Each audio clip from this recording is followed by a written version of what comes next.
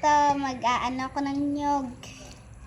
Mag-ulam kami ng ginataang malunggay.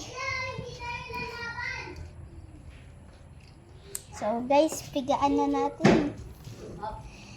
Hindi pa masyado marunong.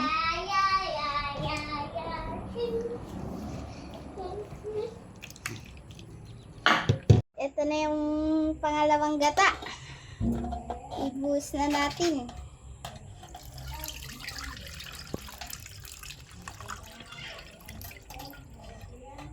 Yan guys, maglalagay na tayo ng asin.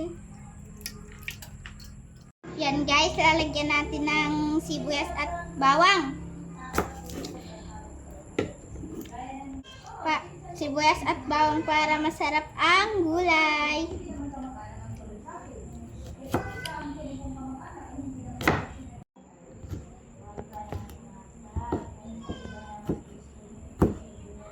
Yan guys, ilalagay na natin dito para masarap ang gulay nating lulutuin.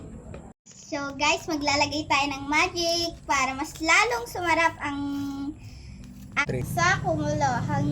Tapos po, ilalagay na natin ang malunggay. Yan guys, kumukulo na. Ilalagay ko na po yung malunggay.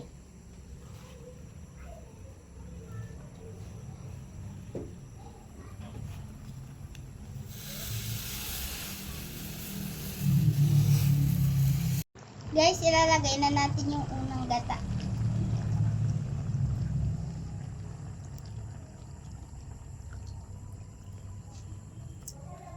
Haluin na natin.